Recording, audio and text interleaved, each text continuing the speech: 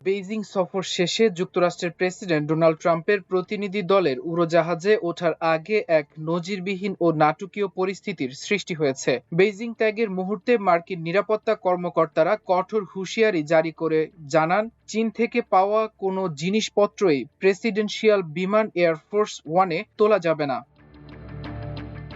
এই নির্দেশনার পরপরই বিমানের সিঁড়ির গোড়ায় দাঁড়িয়ে হোয়াইট হাউসের কর্মকর্তা ও সাংবাদিকদের কাছ থেকে প্রেস পাস, পিন এবং চীন সরকারের দেওয়া সাময়িক ব্যবহারের মোবাইল ফোন বা বার্নার ফোন সহ সমস্ত সামগ্রী কেড়ে নিয়ে ডাস্টবিনে ফেলে দেওয়া হয়। গতকাল শুক্রবার বেইজিং ছাড়ার সময় যুক্তরাষ্ট্রের কঠোর জাতীয় নিরাপত্তা প্রোটোকল বজায় রাখতেই এই পদক্ষেপ নেওয়া হয়েছে বলে জানা গেছে।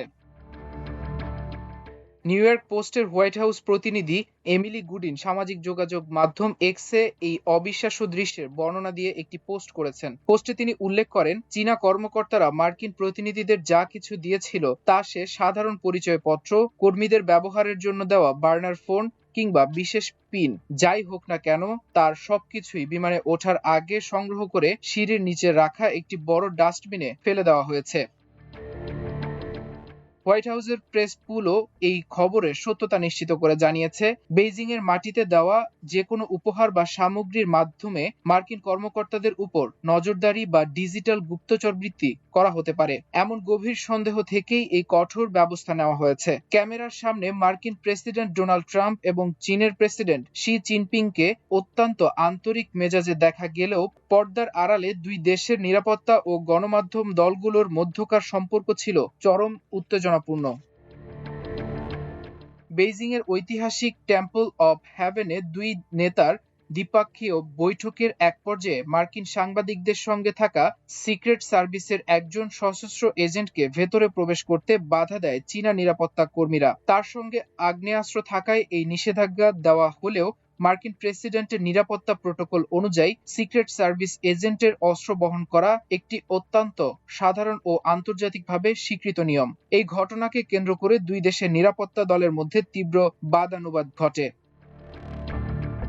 সফর শেষে মার্কিন প্রতিনিধি দল যখন বিমানবন্দরের উদ্দেশ্যে রওনা হচ্ছিল, তখনও দুই পক্ষের মধ্যে টানাপোড়েন চরম আকার ধারণ করে। চীনা কর্মকর্তারা প্রথমে মার্কিন সাংবাদিকদের দলটিকে প্রেসিডেন্টের মূল গাড়িবহরে যোগ দিতে সম্পূর্ণ বাধা প্রদান করেন।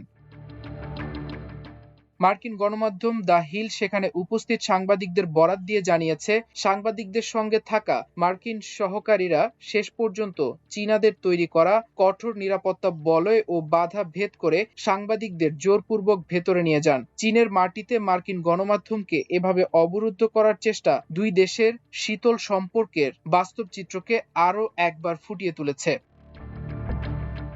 যুক্তরাষ্ট্রের কোনো প্রেসিডেন্টের চীন সফরের সময় এই ধরনের অনাকাঙ্ক্ষিত কূটনৈতিক ও নিরাপত্তা সংক্রান্ত জটিলতা এবারই প্রথম নয়। নিউ ইয়র্ক টাইমসের এক পুরনো প্রতিবেদন মনে করিয়ে দেয়, সংশ্লিষ্টরা জানান 2016 সালে G20 সম্মেলনে যোগ দিতে সাবেক মার্কিন প্রেসিডেন্ট বারাক ওবামা যখন চীনের হাংজো সফরে গিয়েছিলেন, তখন শি জিনপিং এর সঙ্গে ওবামার বৈঠকে ঠিক কতজন মার্কিন নাগরিক বা কর্মকর্তা অংশ নিতে পারবেন তা নিয়ে মার্কিন ও চীনা কর্মকর্তাদের মধ্যে বিমানবন্দরের রানওয়েতেও তীব্র বাদানুবাদ ও বাকবিতণ্ডা হয়েছিল।